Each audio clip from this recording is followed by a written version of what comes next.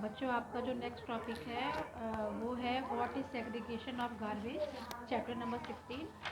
I have already taught you about the introduction and what is the garbage in and garbage out.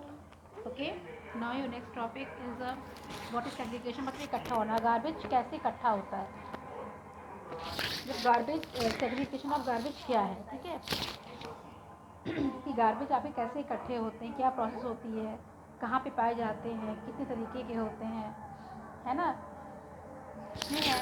You must have been people working in the garbage dump. बहुत से लोग जो garbage dumping areas होते हैं वहाँ पे काम करते हैं। They carry big bags with them and pick the useful material such as metal. तो बहुत से लोग आपने देखा होगा बैग लेकर के अपना घूमते रहते हैं, उसमें जो यूज़फुल चीज़ें होती हैं उसको बैग में डाल देते हैं, जैसे टिन है, मेटल है, प्लास्टिक है, उसको वो बैग में डाल देते हैं। Plastic and glass also garbage में से। These things can be converted again into useful material. वो लोग क्या करते हैं कि इन चीज़ों को ले करके, जो कबाड़ी वाले को हम बोलते हैं, वो लोग ले करके इन चीज़ों को फिर से रिसाइकिल करके नई बना के दूसरी चीज़ में कन्वर्ट कर देते हैं। These things can be okay. Also, these things do not get decomposed by the microorganism present in the soil. ये जो चीज़ें जैसे प्लास्टिक है, मेटल्स है, ये सब चीज़ें डिकम्पोज नहीं हो पाती हैं, मतलब मिट्टी में, सॉइल में ये दब नहीं पाती हैं, कन्वर्ट उसमें मैन्योर में कन्वर्ट नहीं हो पाती, मतलब सड़ नहीं पाते हैं सब, ठीक है। तो ये सब चीज़ें डिकम्पोज सॉइल के अंदर नहीं हो जाती हैं, क्योंकि इसमें माइक्रो ऑर्गेनिज्म पैदा ही नहीं होता है। जब माइक्रो ऑर्गेनिज्म होगा, प्रोड्यूस होगा, तभी जा कर के क्या होगा, चीज़ें डिकम्पोज हो पाती हैं, सड़ पाती हैं। Such material is called the non biodegradable.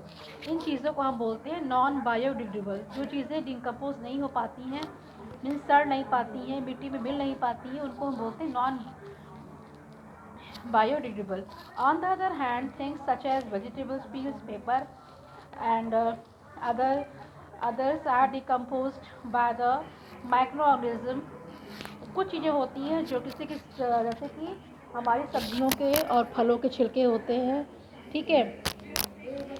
ये सब चीज़ें अगर हम मिट्टी में डिकम्पोज कर देते हैं अर्थ के अंदर, तो ये डिकम्पोज आसानी से हो जाती है, क्योंकि चीज़ें मेल्ट हो जाती हैं, इसमें माइक्रो ऑर्गेनिज्म पैदा होते हैं और ये चीज़ें आराम से डिकम्पोज आती हैं, सड़ने के बाद सॉइल में मिल जाती हैं, जो कि एक मैन्योर का काम करती हैं।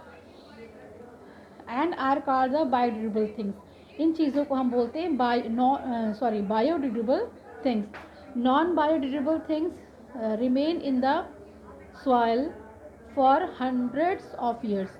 जो नॉन बायोडिग्रेडेबल थिंग्स होती है, जैसे कि मेटल्स, प्लास्टिक्स, ग्लास, ये सब चीज़ें हमारी 100 ईयर्स तक डिकम्पोज नहीं होती हैं and harmful for the every them, और हर एक किसी के लिए भी हार्मफुल होती है। इसीलिए हम लोग इनका रिसाइकिल करते हैं और इनको कबाड़ी वाले को दे करके या किसी भी रिसाइकलिंग इंस्टीट्यूट में इसको दे करके इसको हम नई चीज़ में कन्वर्ट कर देते हैं।